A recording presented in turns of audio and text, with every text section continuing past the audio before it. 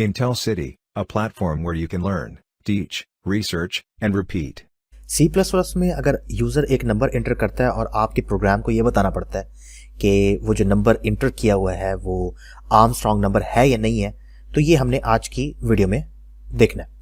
Armstrong number होता क्या है, पहले हम ये देख लेते हैं। आर्मस्ट्रॉन्ग नंबर एक ऐसा नंबर है कि अगर उसके डिजिट्स को सेपरेट करके हर डिजिट की पावर नंबर ऑफ डिजिट्स ले ली जाए तो उन सब को बाद में ऐड किया जाए और जो रिजल्ट अगर वही नंबर आ जाता है तो वो आर्मस्ट्रॉन्ग नंबर है।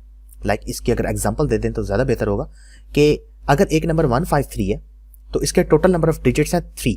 अगर इसके हर डिजिट की पावर 3 लेकर ऐड कर दिया जाए और रिजल्ट दोबारा से 153 आ जाए तो 153 is an Armstrong number. Check कर लेते हैं। पहले तो ये हम देखते हैं कि 153 में कितने डिजिट्स हैं। इसमें 3 डिजिट्स हैं, तो इसलिए हर डिजिट की सेपरेट पावर हमने क्या फाइंड करनी है, क्यूब पावर 3 लेनी है। उसके बाद इन सबको ऐड कर दें। इन सबको ऐड करें, 1 पावर 1 1 पावर 3 1 होता है, 5 पावर 3 125 है, 3 पावर 3 27 है। इन तीनों को ऐड करें, इन तीनों को ऐड करें तो 153 बनता है। इस 153 को देखें तो ये वही ओरिजिनल नंबर ही है। इसका मतलब क्या हुआ कि जो यूजर ने नंबर एंटर किया था 153 वो एक आर्मस्ट्रॉन्ग नंबर है। अब जरा देखते हैं कि अगर हम एक 4 डिजिट नंबर लेते हैं, अगर एक 4 डिजिट नंबर लें लाइक 1634 और उसके डिजिट्स को सेपरेट करें और हर डिजिट की पावर 4। अब यहां पे 4 क्यों आया, क्योंकि इसके टोटल नंबर ऑफ डिजिट्स कितने थे, 4। तो 1 पावर 4 6 पावर 4 3 पावर 4 4 पावर 4 इन सबको ऐड करें। ऐड करने के बाद जो रिजल्ट आएगा वो वही नंबर आ जाए तो ये भी आर्मस्ट्रॉन्ग नंबर होगा। इसी तरह अगर कोई एक डिजिट 5 डिजिट नंबर ले लेते हैं, जैसे कि यहाँ पे 54748 है, ठीक है, तो इसमें हर डिजिट की पावर अगर 5 ली जाए और उन सबको ऐड किया जाए और रिजल्ट वही 54748 आ जाए तो आर्मस्ट्रॉन्ग नंबर आपका 54748 हो जाएगा। ठीक है, तो अब हमने इसकी लॉजिक हम कैसे बनाते हैं ये देखना है। स्टार्ट करते हैं, हम एक नंबर लेते हैं 153। यूजर ने फर्ज किया हमें एक नंबर दे दिया 153। पहला काम हमारे लिए क्या है कि हम इसके अंदर जो नंबर ऑफ डिजिट्स हैं वो काउंट कर लें। नंबर ऑफ डिजिट्स काउंट करने के लिए आपको पता है कि एक लूप आपको यूज करना पड़ेगा जिसमें आप n को 10 से डिवाइड करते जाएंगे। जब तक n 0 नहीं हो जाता तब तक वो लूप चलता रहेगा। ये लूप चलता रहेगा और लूप जितनी दफा चलेगा वही हमारे नंबर ऑफ डिजिट्स होंगे। हम ऐसे करते हैं कि काउंट को 0 से इनिशियलाइज कर देते हैं और हर लूप के एग्जीक्यूशन पे, आइट्रेशन पर हम काउंट में एक ऐड करते जाते हैं। तो इन द एंड काउंट में क्या नंबर स्टोर होगा, जितने नंबर ऑफ डिजिट्स हैं। अगर फर्ज किया n में इस वक्त 153 है तो ये 3 दफा डिवाइड हो सकता है जब तक n की वैल्यू 0 ना हो जाए। चेक कर लेते हैं। 153 को आप 10 से डिवाइड करें, क्या हो जाएगा, 15। 15 अभी भी 0 से ग्रेटर है। 15 को 10 से डिवाइड करें वो क्या हो जाएगा, 1। 1 अभी भी 0 से ग्रेटर है। ठीक है, तो 3 दफा ये टोटल डिवाइड हुआ है। फर्स्ट टाइम ये 153 था, 153 ग्रेटर देन 0, लूप एक दफा चला। 15 ग्रेटर देन 0, लूप एक दफा चला। 1 ग्रेटर देन 0, लूप एक और दफा चला। जब 1 डिवाइड बाय 10 करेंगे और n में 0 आ जाएगा तब लूप नहीं एग्जीक्यूट होगा, फर्दर एग्जीक्यूट नहीं होगा। ठीक है, तो ये था कि हम डिजिट्स कैसे काउंट करते हैं। इस पे पहले भी हम एक वीडियो बना चुके हैं कि आप एक नंबर हो तो उसके डिजिट्स काउंट कैसे करते हैं, यही लॉजिक है उसकी। नेक्स्ट ऐसा करते हैं कि क्योंकि हमें हर दफा हर डिजिट की, हर जो सेपरेटेड डिजिट होगा उसकी पावर कैलकुलेट करनी है, मैं इसको p वेरिएबल में स्टोर कर देता हूं। सम भी करना होगा और जाहिर बात है डिजिट सेपरेट करना है तो रिमाइंडर का भी यूज होगा, और इन दोनों को मैं बाद में बताता हूं। स्टार्ट करते हैं कि हम सबसे पहले डिजिट सेपरेट करते हैं। इस लूप के बाद ये जो आपको लूप नजर आ रहा है फाइल वाला, इसके बाद n तो हो गया होगा 0। अब ओरिजिनल नंबर कहां पड़ा होगा, इसलिए हम ओरिजिनल नंबर को कहीं और भी सेव कर लेते हैं, किसी और वेरिएबल में जो कि है e, ताकि e के पास ओरिजिनल नंबर यानी कि यूजर की तरफ से इंटर किया हुआ नंबर पड़ा हो। e को जब आप 10 से मॉड लेंगे उसका तो रिमाइंडर में आ जाएगा 3, क्योंकि e में क्या स्टोर था 153, इसको 10 के साथ मॉड करेंगे तो रिमाइंडर में क्या आ जाएगा 3। अब आपने 3 की पावर कैलकुलेट करनी है। 3 की पावर कितनी कैलकुलेट करनी है, जितने उसके डिजिट्स थे, और डिजिट्स कितने थे, काउंट, राइट। तो क्योंकि 3 दफा लूप चला था, काउंट की वैल्यू 3 थी, तो हमने एक फॉर लूप यूज किया। उस फॉर लूप में हमने ये जो फॉर लूप है इसको हमने कहां से कहां तक चलाया, 1 से लेके काउंट तक। काउंट की वैल्यू इस वक्त 3 थी, तो ये लूप 3 दफा चलेगा। पी की वैल्यू हमने 1 से इनिशियलाइज कराई हर दफा, और 1 मल्टीप्लाई बाय रिमाइंडर, रिमाइंडर क्या था, वो डिजिट। अब डिजिट हर दफा मल्टीप्लाई होता रहेगा, डिजिट अपने आप से ही मल्टीप्लाई हो रहा है, और कितनी दफा मल्टीप्लाई हो रहा है, काउंट टाइम्स। इसके इस लूप के फौरन बाद पी में पावर आ जाएगी। किसकी पावर आ जाएगी, जो रिमाइंडर आएगा। ठीक है, अब रिमाइंडर क्या आया था, रिमाइंडर आया था 3। अब 3 की पावर 3 यहां पर पी में क्या स्टोर हो गया होगा, 27। 27 ऐड हो जाएगा सम में, सम की इनिशियलाइज्ड वैल्यू क्या थी, 0, और सम में आ जाएगा 27। यही काम आपने बार बार करते रहना है। अब नेक्स्ट टाइम आपको ई में से 5 एक्सट्रैक्ट करना है। 3 तो आपने एक्सट्रैक्ट कर लिया, पहला डिजिट आपने एक्सट्रैक्ट कर लिया, अब दूसरा एक्सट्रैक्ट करना है। ई को अगर आप 10 से डिवाइड कर देंगे तो नेक्स्ट टाइम जब आप ई को 10 के साथ मॉड करेंगे तो 5 आ जाएगा। इसलिए आप ई को 10 से डिवाइड कर लें और ये लूप चलाते रहें। ठीक है, तो आपके पास इन दी एंड सारे के सारे डिजिट्स के क्यूब्स का सम आ जाएगा। क्यूब क्यों, क्योंकि इसके नंबर ऑफ डिजिट्स 3 थे। इसको एक दफा ड्राई रन करके देख लेते हैं कि क्योंकि नंबर हमारा 153 था, तो काउंट के अंदर क्या स्टोर होगा, 3। शुरू में ई की वैल्यू 153 होगी, जब वो 10 के साथ मॉड होगी तो रिमाइंडर में क्या आ जाएगा, 3।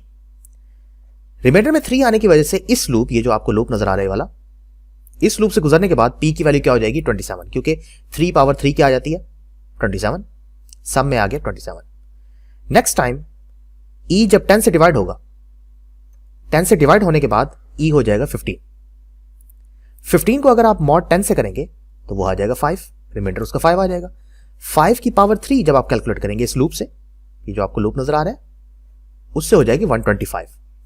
125 पी में 125 है, जबकि सम में प्रीवियसली क्या स्टोर था, 27। 27 और 125 को ऐड करेंगे तो सम में क्या आ जाएगा, 152। नेक्स्ट टाइम के लिए ई 10 से डिवाइड होगा और ई बन जाएगा 1। 1 को जब आप 10 के साथ रिमाइंडर ऑपरेटर यूज करेंगे तो रिमाइंडर आ जाएगा 1। 1 की पावर जब क्यूब आप फाइंड करेंगे तो 1 ही रहेगा। सम में प्रीवियसली क्या स्टोर था, 152, और पी में इस वक्त क्या स्टोर है, 1, क्योंकि 1 की पावर 3 1 ही होता है। 152 प्लस 1 सम में आ जाएगा 153, और ई 10 से डिवाइड होने के बाद ई 0 हो गया। ठीक है, अब नेक्स्ट अगर आप ये काम करते हैं तो उसको कोई फायदा नहीं है, क्योंकि आपके जितने नंबर ऑफ डिजिट्स थे वो आ गए हैं। 1 भी आ गया आपके पास, आपने 1 का क्यूब भी ले लिया है, 5 का क्यूब भी ले लिया और 3 का क्यूब भी ले लिया। तो हम यहां पे लॉजिक ये यूज कर सकते हैं कि अगर ई ग्रेटर देन 0 है तो लूप चलता रहे, लूप एग्जीक्यूट होता रहे, और जैसे ही वो 0 के इक्वल होता है तो लूप क्लोज हो जाए। तो ये देखें, वाइल ई ग्रेटर देन 0 तो ये लूप एग्जीक्यूट होता रहे, एल्स ये एग्जीक्यूट ना हो। ठीक है, तो अब जिस तरह यहां पे एन खत्म हो गया था, 0 हो गया था, इसी तरह यहां पे ए भी 0 हो गया होगा। अब हमने कंपैरिजन करना है कि हमारा जो सम है वो ओरिजिनल नंबर के इक्वल है कि नहीं है, जो ओरिजिनल नंबर जो यूजर ने एंटर किया था उसके इक्वल है या नहीं है। अब वो तो हमने तो एन को भी खत्म कर दिया, 0 कर दिया इस लूप के बाद, और ई भी इस लूप के बाद 0 हो गया होगा, तो इसलिए हम एन को कहीं और भी प्लेस करके आते हैं। टी में फर्ज किया, टी एक टी वेरिएबल में प्लेस करके आते हैं, तो बाद में हम कंपैरिजन कर सकते हैं कि अगर टी और सम इक्वल है तो नंबर हमारा आर्मस्ट्रांग है, अगर इक्वल नहीं है तो हमारा नंबर आर्मस्ट्रांग नहीं है। राइट, तो इस लॉजिक को अब एक दफा कोड ब्लॉक्स में बना के देखते हैं कि क्या ये ठीक है या नहीं है। अब मैं कोड ब्लॉक्स में आ गया हूं और यहां पर आकर मैं जो रिक्वायर्ड वेरिएबल्स हैं पहले उनको डिक्लेयर करना चाहता हूं। एन हो जाएगा, एक इंट एन ले लेते हैं, हमें रिमाइंडर की जरूरत पड़ेगी, हमें सम की जरूरत पड़ेगी इनिशियलाइज्ड विद 0, और हमें एक पी वेरिएबल पावर के लिए जो हम यूज करेंगे उसकी जरूरत पड़ेगी, और इसके अलावा जो भी जरूरत पड़ती रहेंगी हम आगे उसे यूज करते रहेंगे। हम सबसे पहले एक स्ट्रिंग लिखते हैं, एंटर अ नंबर,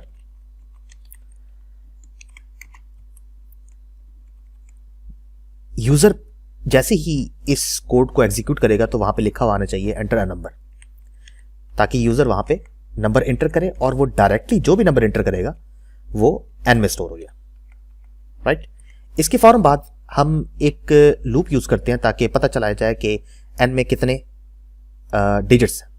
लेकिन उस लूप से पहले हम एन में मतलब एन की वैल्यू को कहीं और भी स्टोर कर देते हैं। इंट ई में स्टोर कर देते हैं एन की वैल्यू, और इसी तरह हम टी में भी स्टोर कर देते हैं।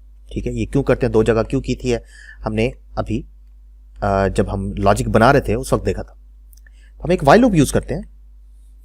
वाइल लूप में हम n ग्रेटर देन 0 की कंडीशन लिखते हैं और n को 10 से डिवाइड करते जाते हैं।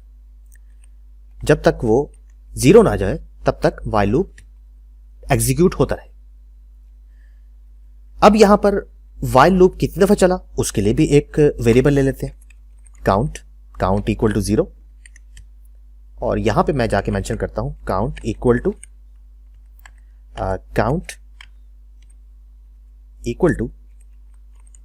Count plus 1।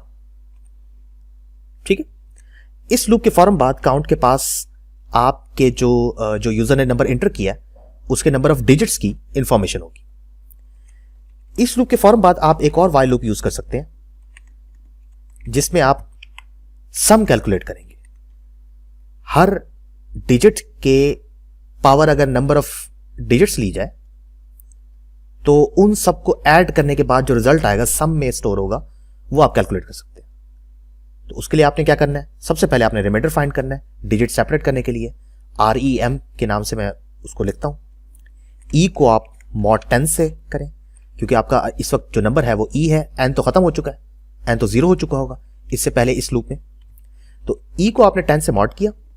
मॉड करने के बाद अब आपने रिमाइंडर जो आपके पास आया ये असल में नंबर ऑफ डिजिट है, ये डिजिट है आपका। तो इस डिजिट की आपने पावर कैलकुलेट करनी है, और पावर कैलकुलेट करने के लिए मैं फॉर लूप यूज कर रहा हूं।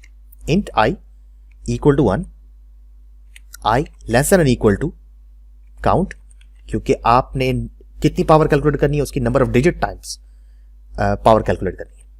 तो I equal to 1, I less than equal to count और आई प्लस प्लस। अब इधर जाकर पावर कैलकुलेट करते हैं, P equal to P multiply by reminder.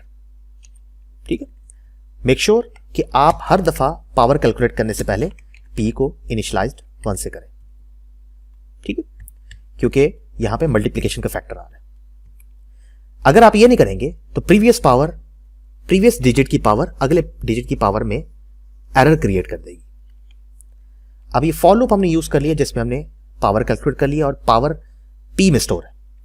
सम में हम सम प्लस P ऐड कर देते हैं और जाते जाते E equal to E divided by 10 कर देते हैं ताकि नेक्स्ट टाइम के लिए E एक नंबर रिड्यूस हो जाए। अगर E था 153 तो इस लाइन के बाद, ये जो मैंने हाईलाइट किया, इस लाइन के बाद वो 15 हो जाएगा। फिर 15 को जब आप मॉड 10 से करेंगे तो रिमाइंडर में 5 आ जाएगा, मतलब नेक्स्ट डिजिट आ जाएगा। इस लूप के फौरन बाद आपके पास सम में क्या स्टोर होगा, हर डिजिट की पावर्स का सम। कौन सी पावर्स, जितने नंबर ऑफ डिजिट्स हैं उतनी पावर। अगर डिजिट्स 4 हैं तो पावर 4 हो, अगर डिजिट्स 6 हैं तो हर डिजिट की आपने पावर कितनी ली है, 6।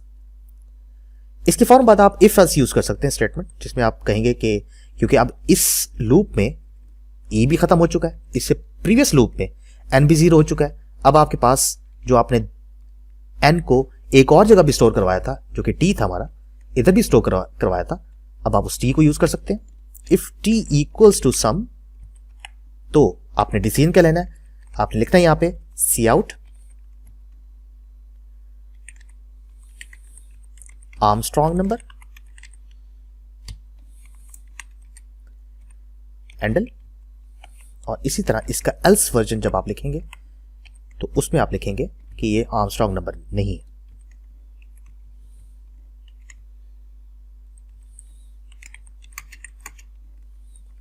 ठीक, अब इसको एक दफा कंपाइल करते हैं, चेक करते हैं कि कोई एरर वगैरह तो नहीं है। अभी तक कोई एरर नहीं आया। ऐसा करते हैं, इसको एग्जीक्यूट करते हैं, रन हुआ। यहां पे लिखते हैं हम 153 आर्मस्ट्रॉन्ग नंबर है। अब हम एक और नंबर चेक कर लेते हैं, 1634, ये भी आर्मस्ट्रॉन्ग नंबर है। एक और नंबर चेक कर लेते हैं, 54748, ये भी आर्मस्ट्रॉन्ग नंबर है। एक और नंबर चेक कर लेते हैं, 25584, ये आर्मस्ट्रॉन्ग नंबर नहीं है। इस तरीके से आपने एक C++ में एक लॉजिक डेवलप कर लिया जो कि फाइंड कर सकती है कि जो यूजर ने नंबर इंटर किया है वो आर्मस्ट्रॉन्ग नंबर है या नहीं है। अगर आपको यह वीडियो पसंद आई हो तो इसको लाइक करें और चैनल को लाजमी सब्सक्राइब कीजिएगा। Thank you.